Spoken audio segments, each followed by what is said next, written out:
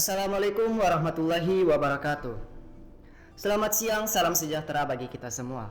Pertama-tama, marilah kita panjatkan puja dan puji syukur kehadirat Allah Subhanahu wa taala karena telah memberikan kita nikmat dan hidayahnya sehingga kita dapat berkumpul di tempat ini untuk mengikuti pelajaran sejarah.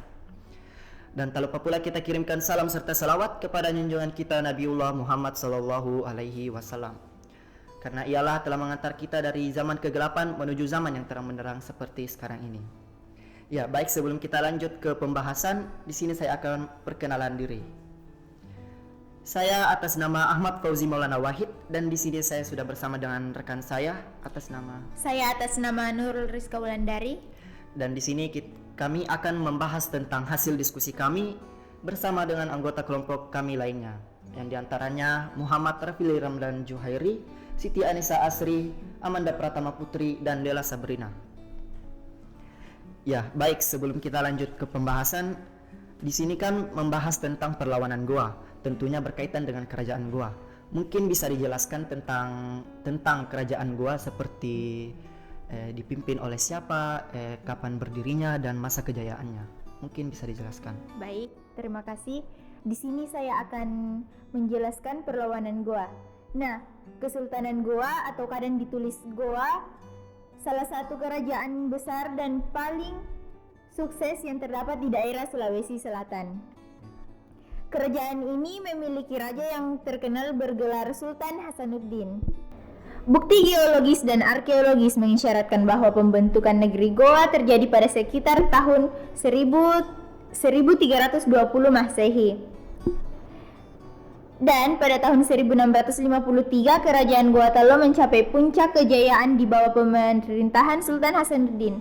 Kala itu sosok yang dijuluki ayam jantan dari timur tersebut membuat kerajaan menjadi pusat perdagangan di Indonesia di bagian timur. Nah, pada saat itu melakukan perdagangan yang dikenal dengan Perang Makassar pada tahun 1666 sampai dengan 1669 terhadap VOC yang dibantu oleh kerajaan Bone yang dikenal dengan salah satu suku Bugis dengan rajanya Arum Palaka.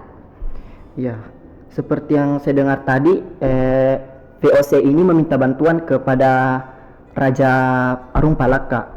Nah, mengapa VOC lebih memilih minta bantuan kepada kerajaan Bone dibanding dengan kerajaan lain? Karena VOC pada saat itu memanfaatkan kerajaan Bone yang menginginkan kebebasan dan kekuasaan di Makassar. VOC ingin memanfaatkan kesempatan itu karena pada saat itu Raja Arum Palaka ini ingin kebebasan dari kekuasaan Makassar. Oh iya. Nah, lanjut kita ke pembahasan intinya, ya, perlawanan Goa. Apa sih yang melatar belakangi dari perlawanan tersebut? Nah, baik, latar belakang perlawanan Goa Talo terhadap VOC yaitu VOC menginginkan hak monopoli perdagangan di kawasan Indonesia Timur serta VOC melakukan blokade terhadap kapal-kapal yang akan berlabuh di Sombo Opu. Untuk menghadapi tindakan VOC yang semena-mena, Sultan Hasanuddin memperkuat pasukan dengan memerintahkan kerajaan bawahan di Nusa Tenggara untuk mengirimkan prajuritnya. Sedangkan di sisi lain VOC menggunakan politik divide et impera dengan meminta bantuan Arum Palaka dari Kesultanan Bone. Divide et impera. Apa itu politik divide et impera? Nah, divide impera itu yaitu strategi yang juga dikenal sebagai politik pecah belah bisa disebut dipopulerkan oleh Julius Caesar dalam upaya membangun Kaisar Romawi. Nah, cara melakukan divide et impera adalah menimbulkan perpecahan di suatu wilayah sehingga mudah dikuasai. Divide impera artinya sebagai harfiah adalah pecah dan berkuasa. Jadi latar belakang dari perlawanan tersebut yaitu VOC ingin menguasai hak monopoli yang ada di kawasan Indonesia Timur. Ya, betul. Terus bagaimana sih jalannya perlawanan tersebut? Baik, perlawanan Goa Talo terhadap VOC VOC di bawah GC Spillman membawa sekitar 1.900 prajurit dan 21 armada kapal perang. Ditambah lagi pasukan dari Bone di bawah pimpinan Arum Palaka. Pertempuran berlangsung sengit selama 4 bulan dan Sultan Hasanuddin dipaksa menandatangani perjanjian Bongaya. Boleh disebutkan isi-isi dari perjanjian tersebut? Nah, perjanjiannya ada 4, yaitu yang pertama, VOC diperbolehkan memonopoli perdagangan di kawasan bagian timur. Yang kedua, semua orang asing diusir dari Guatalo kecuali VOC. Yang ketiga, Guatalo mengganti biaya kerugian perang. Dan yang terakhir adalah beberapa wilayah kekuasaan Guatalo diserahkan kepada VOC. Oh iya. Kan setiap perjalanan pasti ada akhirnya. Nah, tentu bagaimana sih akhir dari perlawanan tersebut? Nah, akhir dari perlawanan tersebut yaitu Sultan Hasanuddin pada awal 1668 membatalkan perjanjian Bongaya yang sangat merugikan Guatalo.